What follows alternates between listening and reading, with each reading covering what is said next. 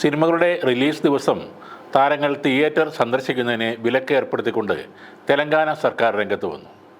താരങ്ങൾക്കായുള്ള പ്രത്യേക സെലിബ്രിറ്റി ഷോകളും fans special ഷോകളും നിരോധിക്കണമെന്ന സുപ്രധാന തീരുമാനമാണ് തെലങ്കാന നിയമസഭയിൽ സിനിമാറ്റോഗ്രഫി വകുപ്പ് മന്ത്രി മുന്നോട്ട് വച്ചിരിക്കുന്നത്. പുഷ്പ 2 റിലീസായ ദിവസം നടൻ അല്ലു അർജുൻ തിയേറ്റർ സന്ദർശിച്ചതോടെ അവിടെയുണ്ടായ തിക്കിലും തിരക്കിലും പെട്ടൊരു സ്ത്രീ മരിക്കുകയും അവരുടെ മകൻ കോമയിലാകുകയും ചെയ്ത സംഭവത്തെ തുടർന്നാണ് തെലങ്കാന സർക്കാരിൻ്റെ ഇപ്പോഴത്തെ ഈ നീക്കം ഉണ്ടായിരിക്കുന്നത്. ആ വിഷയത്തിൽ നടൻ അല്ലു അർജുൻ ഇപ്പോഴും വാർത്താ തലക്കെട്ടുകളിൽ നിറഞ്ഞു നിൽക്കുകയാണ്.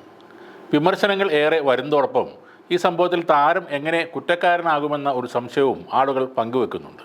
ജനസുരക്ഷയ്ക്കായി ഇത്തരം ചില നിയന്ത്രണങ്ങൾ കൊണ്ടുവരുമെങ്കിലും പുഷ്പ 2 പോലെയുള്ള മുൻനിര താരങ്ങൾ അഭിനയിക്കുന്ന ബിഗ് ബജറ്റ് സിനിമകളുടെ ടിക്കറ്റ് നിരക്ക് വർദ്ധിപ്പിക്കാൻ അനുമതി നൽകുമെന്നും സിനിമാ വ്യവസായത്തിൻ്റെ പ്രോത്സാഹനത്തിനായി പ്രത്യേക ആനുകൂല്യങ്ങൾ നൽകുന്നത് ഇനിയും തുടരുമെന്നും സംസ്ഥാന സർക്കാർ അറിയിക്കുന്നുണ്ട്. ഡിസംബർ 4-ന് സന്ധ്യ തിയേറ്ററിൽ ഒരു സ്ത്രീയുടെ ജീവൻ എടുക്കുകയും നിരവധി പേർക്ക് പരിക്കേൽക്കുകയും ചെയ്ത സംഭവത്തിൽ മുഖ്യമന്ത്രി രേവന്ത് റെഡ്ഡിയുടെ പ്രസ്താവനയ്ക്ക് പിന്നാലെയായിരുന്നു സിനിമാറ്റോഗ്രഫി മന്ത്രിയുടെ പ്രഖ്യാപനം. പോലീസ് അനുമതി നിഷേധിച്ചിട്ടും തിയേറ്റർ സന്ദർശിച്ച നടൻ അല്ലു അർജുനെ രൂക്ഷമായി വിമർശിച്ച മന്ത്രി മരിച്ചയാളുടെ കുടുംബത്തിന് 25 ലക്ഷം രൂപ നൽകുമെന്ന് അല്ലു അർജുൻ പറഞ്ഞിട്ടും ആ വാക്ക് പാലിച്ചില്ലെന്നും കുറ്റപ്പെടുത്തി. പോലീസിനെ വകവെക്കാതെയാണ് അല്ലു അർജുൻ അന്ന് തിയേറ്റർ സന്ദർശിച്ചത്. അറസ്റ്റ് ചെയ്യുമെന്നൊരു ഡെപ്യൂട്ടി പോലീസ് കമ്മീഷണർ ഭീഷണിപ്പെടുത്തിയതിന് ശേഷമാണ് സൂപ്പർ താരം അല്ലു അർജുൻ തിയേറ്റർ വിട്ട് പോയതെന്നും രേവന്ത് റെഡ്ഡി പറയുന്നു. പ്രതീക് ഫൗണ്ടേഷനിൽ നിന്ന് 25 ലക്ഷം രൂപ മരിച്ചയാളുടെ കുടുംബത്തിന് നൽകുമെന്ന് വെങ്കട്ട് റെഡ്ഡി അറിയിച്ചു. പരിക്കേറ്റ് ചികിത്സയിൽ കഴിയുന്ന കുട്ടിയെ കിംസ് ആശുപത്രിയിൽ സന്ദർശിച്ച അദ്ദേഹം 25 ലക്ഷം രൂപയുടെ ചെക്ക് പിതാവ് ഭാസ്കറിന് കൈമാറി.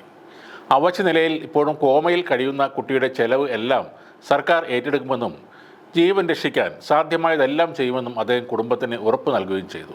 അല്ലു അർജുനോ സിനിമാ യൂണിറ്റിലെ മറ്റേതെങ്കിലും അംഗമോ ആ കുടുംബത്തെ ആശ്വസിപ്പിക്കാനോ പരിക്കേറ്റ കുട്ടിയെ കാണാനോ പോയിട്ടില്ലെന്നാണ് വെങ്കട്ട് റെഡ്ഡി ആരോപിക്കുന്നത്. ഭാവിയിൽ ഇത്തരം സംഭവങ്ങൾ ഉണ്ടാകാതിരിക്കാൻ നടപടി സ്വീകരിക്കുമെന്നും അദ്ദേഹം നിയമസഭയിൽ ഉറപ്പ് നൽകിയിട്ടുണ്ട്. ഒരു പരിധിവരെ അപകടങ്ങൾ കുറക്കാനും സിനിമ കാണാൻ വരുന്നവർക്ക് അല്പം സ്വസ്ഥത നൽകാനും ഇത്തരം നിരോധനങ്ങൾ അത്യാവശ്യം തന്നെയാണ്.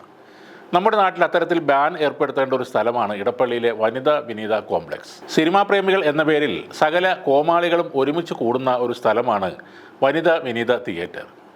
കഴിഞ്ഞ ദിവസം മാർക്കോ റിലീസായപ്പോഴും ഒരു കോമാളി കസേരയിൽ ചാടിക്കേറി താഴെ വീണിരുന്നു.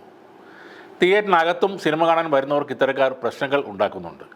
അലർച്ചകളും ആർപ്പുവിളിയും പേപ്പർ കീറി എറിയലും എന്ന് വേണ്ട വിജയ് സിനിമ കണ്ട തിയേറ്ററിൽ മൂത്രമൊഴിച്ചവരും എത്തുന്നൊരു സ്ഥലമാണ് ഇടപ്പള്ളിയിലെ വനിത വിനീത കോംപ്ലക്സ്.